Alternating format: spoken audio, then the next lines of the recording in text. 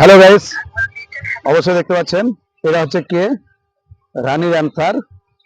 আর আমরা কিন্তু আজ অনেক এগিয়ে গেছি নেচে নেচে। Oh my god. অবশ্যই আপনারা ভিডিওগুলো নাচার ভিডিওগুলো পাবেন। আর এই রানীর অ্যান্সারকে অবশ্যই একটু সকলে ফলো করবেন।